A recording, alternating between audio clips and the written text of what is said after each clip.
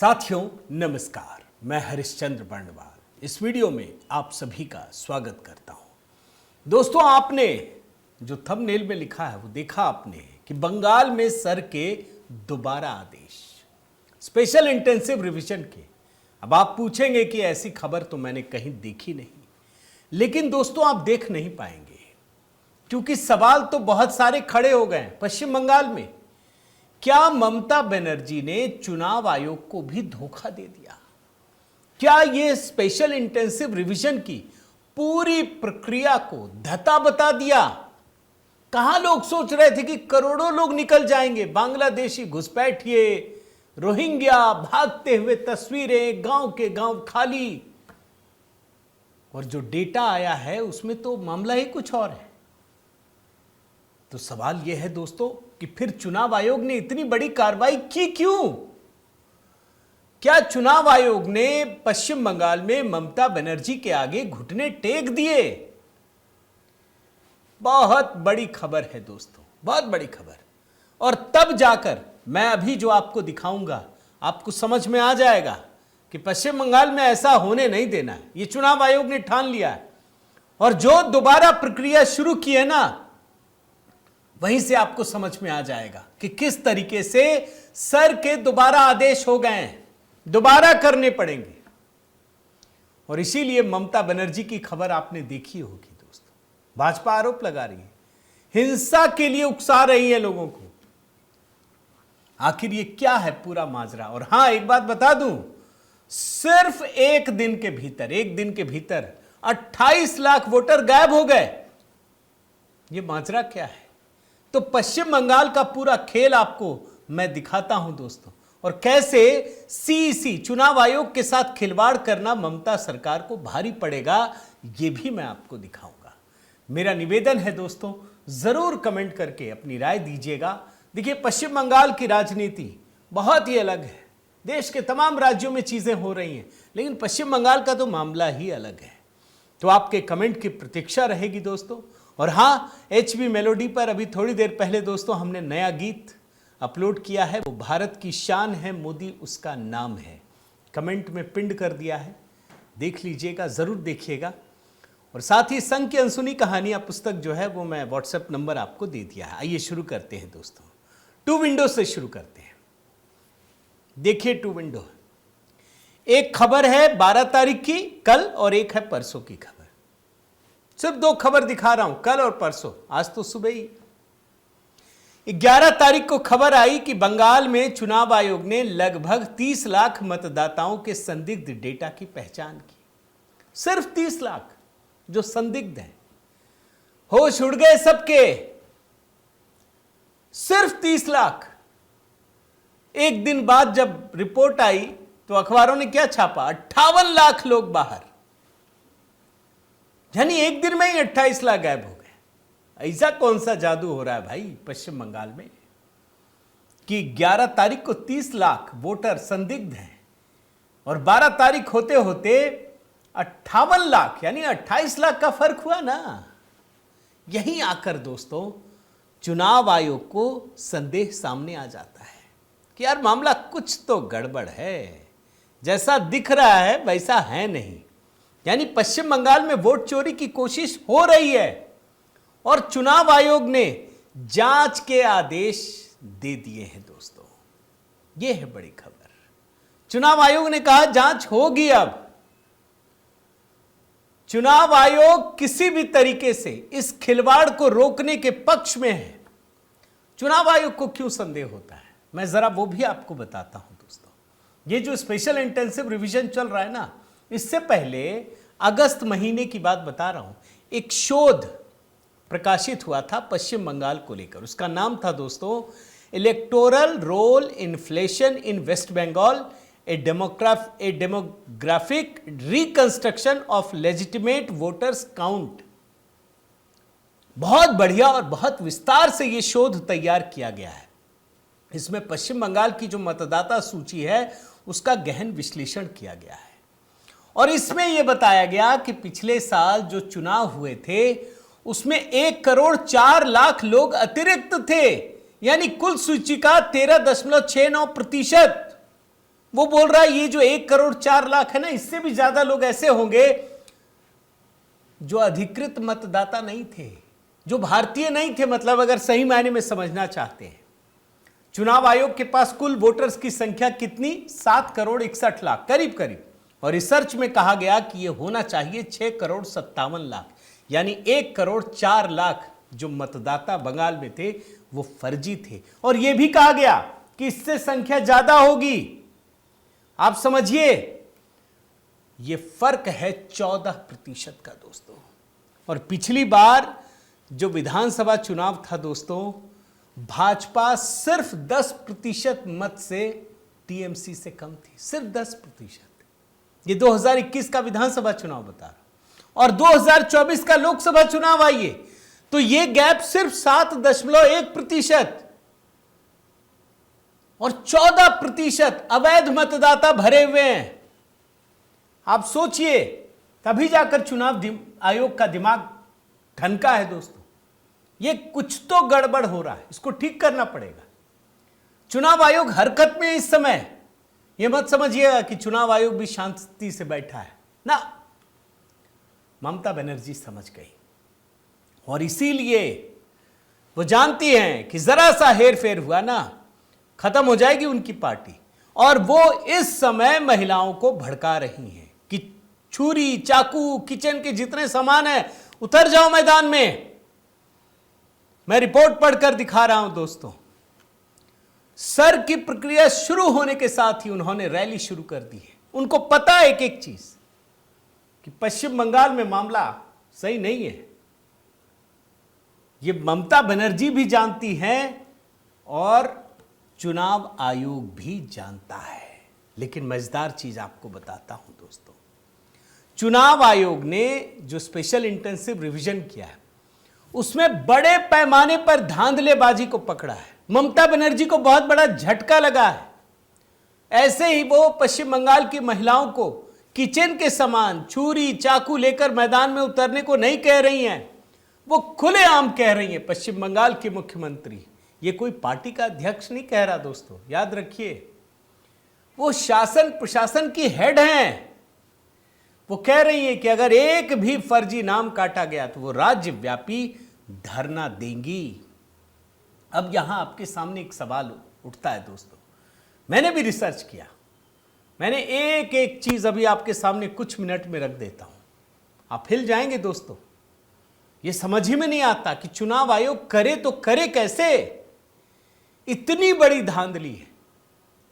चुनाव आयोग ने जो अभी विश्लेषण किया है दोस्तों, जो डेटा उनके सामने आया, तो उसमें पता चला कि 30 लाख मतदाता अनमैप्ड हैं, यानी पता ही नहीं चल रहा है। वो 2002 से अपना रिश्ता जोड़ ही नहीं पा रहे हैं। 2002 में जो मतदाता सूची थी दोस्तों, उस समय सर की प्रक्रिया हुई थी, उसके बाद अब हो रही है, वो जोड़ ही नहीं पाए।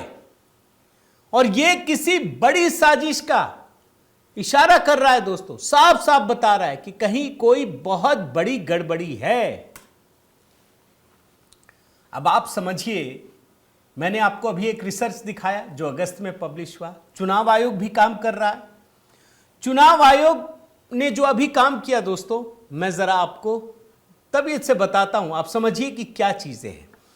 2002 की सूची में और 2025 की सूची जो अभी बनी है, करीब 2,40,00,000 मतदाता ऐसे हैं जो 2002 के मतदाता सूची में भी थे, अब भी 2025 में भी है।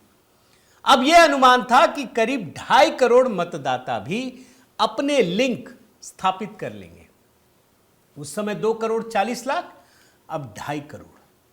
अब इसके बाद चुनाव आयोग ने यह अनुमान लगाया कि करीब करीब 1.5 करोड़ मतदाता ऐसे होंगे जो दावा तो करेंगे, लेकिन उनको कागज तो दिखाना पड़ेगा कि वो आए कहां से, कौन है उनके माता पिता, कौन है रिश्तेदार, कौन है उनके रिश्ते में जिन्होंने 2002 के मतदाता सूची में वोट किया था, यह उनको दिखाना पड़ेगा। लेकिन कमाल हो गया दोस्तों, चमत्कार।